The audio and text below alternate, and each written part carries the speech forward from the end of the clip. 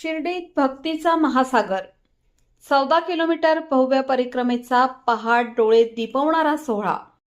नमस्कार, मी अमिता गावंडे, कबीर न्यूज नेटवर्कमध्ये आपले स्वागत आहे। साई नावाचा गजर, टाळ मृदुंगाचा निनाद आणि शिर्डी नगरीत उसळलेला भक्तीचा महापूर आज शुक्रवार दिनांक 13 फेब्रुवारी रोजी शिर्डीत 14 किलोमीटरच्या भव्य परिक्रमेचा अत्यंत उत्साहात प्रारंभ झाला। देशभरातून आलेल्या लाखो साई भक्तांनी शिर्डीच्या सीमांना प्रदक्षिणा घालत आध्यात्मिक ऊर्जेचा अनुभव घेतला। पाहुयात आमचा हा विशेष ग्राउंड रिपोर्ट।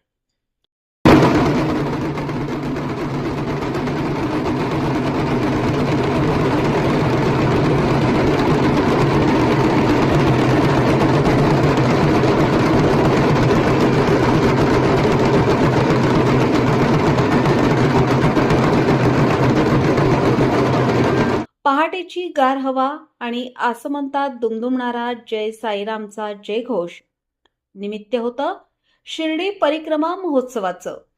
आज पहाटे 5:30 वाजता खंडोबा मंदिरासमोर साईबाबांच्या प्रतिमेची महाआरती पार पडली।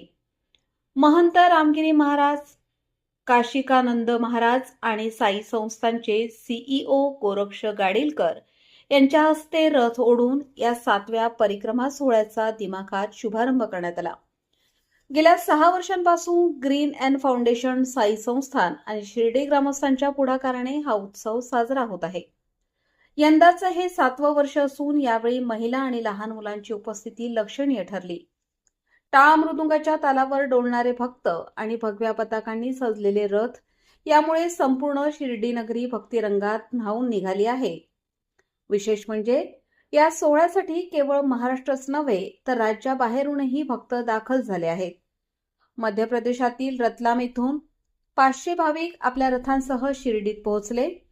खंडोबा मंदिर, शिवरस्ता, लुटेवस्ती आणि साकुरी शिव असा 14 किलोमीटरचा प्रवास पूर्ण करत ही परिक्रमा पुन्हा मंदिर परिसरात येते।